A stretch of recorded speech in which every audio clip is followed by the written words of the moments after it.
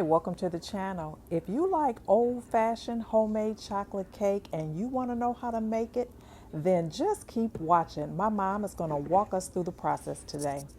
All right, so the products that we need are some swan down cake flour. Just cake flour. Any type of cake flour will do, but we're using swan downs. You need some cream cheese. Original cream cheese. How many eggs? 7. 7 eggs. How many sticks of butter? You can either use 2 sticks of butter and a stick of margarine, or 3 sticks of butter. I prefer 2 sticks of butter and a stick of margarine. Okay. And I use Imperial. Imperial butter and margarine mixture, or all butter. Sugar, Domino sugar, powdered sugar, vanilla extract. This is another vanilla butter and nut cake mix that comes from a company called Superior. Can be ordered online. This is the secret ingredient for this cake. Superior vanilla butter and nut cake, and it's like a syrup. For the chocolate, you'll need some cocoa for baking, and she also uses some Hersheys Cocoa. So the first thing she does is she puts 3 sticks of the butter in the KitchenAid and begins to mix that butter up. The butter is slightly melted, and then she puts in the cream cheese. So it's an 8 ounce block of cream cheese that she just puts in there. She uses the Philadelphia cream cheese, puts that on in there, and then just continues to let that mix. Now, one thing that I noticed while observing her do this is she lets this mix for a very long time. When I asked her about that, she says she does it until it becomes fluffy. So she's watching for the consistency to change. So I'm just showing here the Philadelphia cream cheese, which is what she used. And she just continues to pour in or to mix in the ingredients. The next thing she's going to begin doing here is sifting the flour.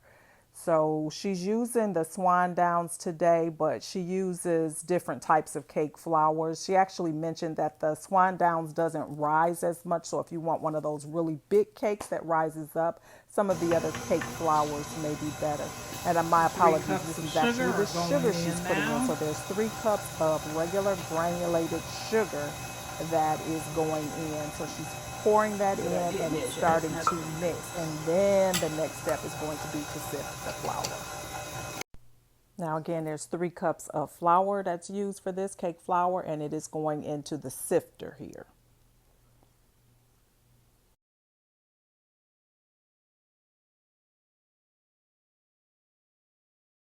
And now it's time to start to add the eggs. So again, she's using 7 extra large eggs, but if you have just regular large eggs, you will want to use 8 of them.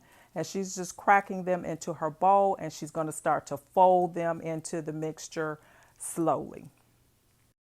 And it's just mixing and mixing, and you can begin to see that it is starting to look very, very fluffy, which was the consistency that she's looking for. Now she's finishing up with the sifting of the flour. Now when she does the eggs and the flour, she kind of alternates. So she puts a little bit of the sifted flour in, a couple of the eggs, and is continuing to beat while she's doing that process, and she's making sure that it's blending in. So she's just putting a few eggs in, and then she'll go to the flour and put a little bit of that in. And the mixture is just steadily mixing together as it's supposed to.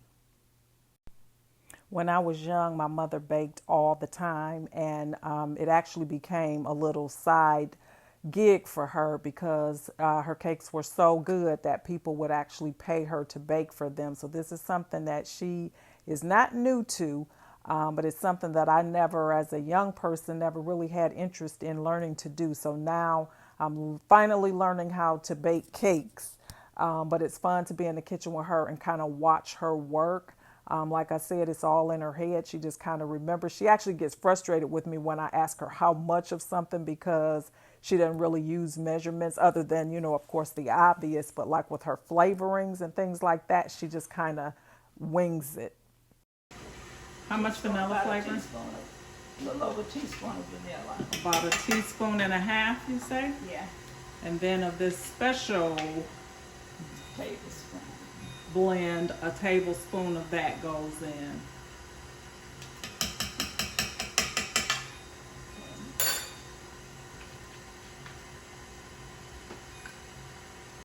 And now you see that it just looks like cake batter. All the ingredients have been added and it is just continuing to mix together. Okay, what's going on now? Get ready to spray the pans. Are those 9-inch pans? Yep. 3 9-inch pans, and she's using some baking spray.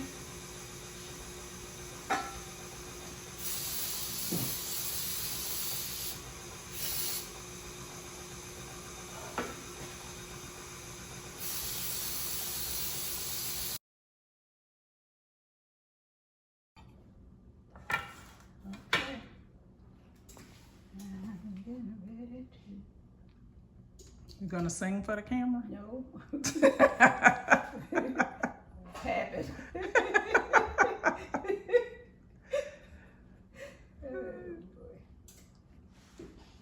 So they're just getting ready to for the pans to be filled now.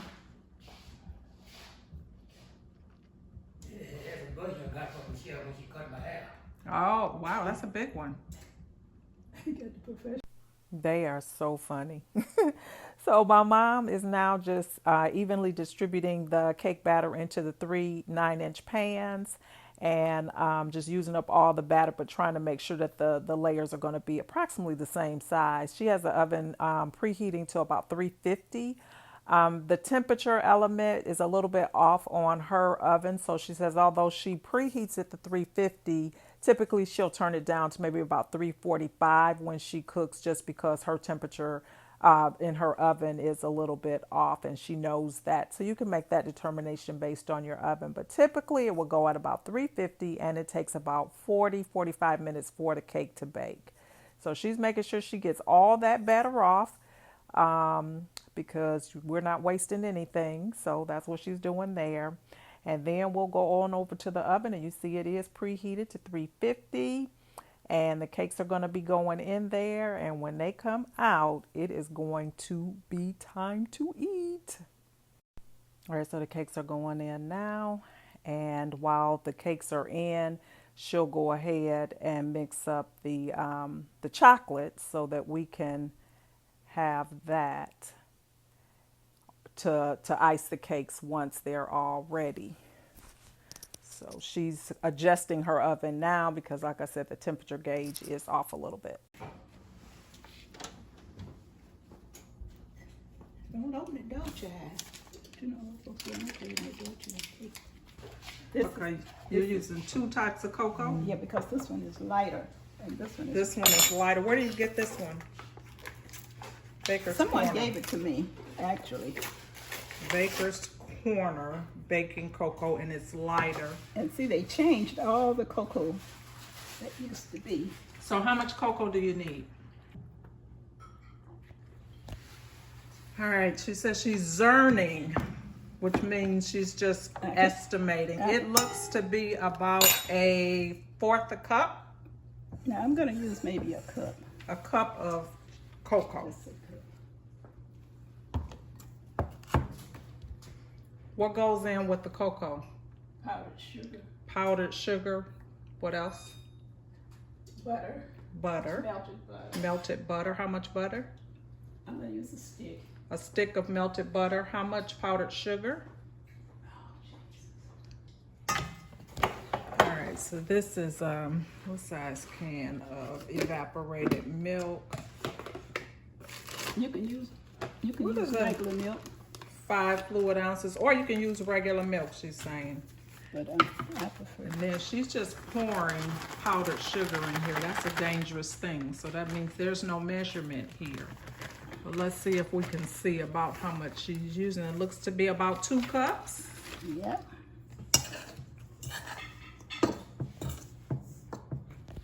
And then 5 cups of condensed or evaporated milk and a stick of butter. It's going back on the KitchenAid. All right, so she just lets this mix up, and then just like with the cake, how she kind of folds the extra ingredients in. I think I mentioned 5 cups of evaporated milk is actually just the 5-ounce can. So she's just going through that process of mixing it in. That's the confectioner's sugar that she uses, that she's calling powdered sugar, and that's it. All right, so she's starting to pour in the other ingredients, and you will see in a few minutes here as she starts to look at it mixing that she's going to go back and add some more sugar. So we started with 2 cups. Now, how did you determine it needed more sugar? Because it was I don't want it real dark, and I don't want it too runny.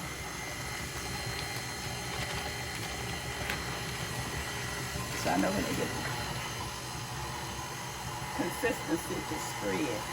So you just know what it looks like. Now, did any milk? Yeah, obviously some milk went in already. Yeah. You're going to use the whole can?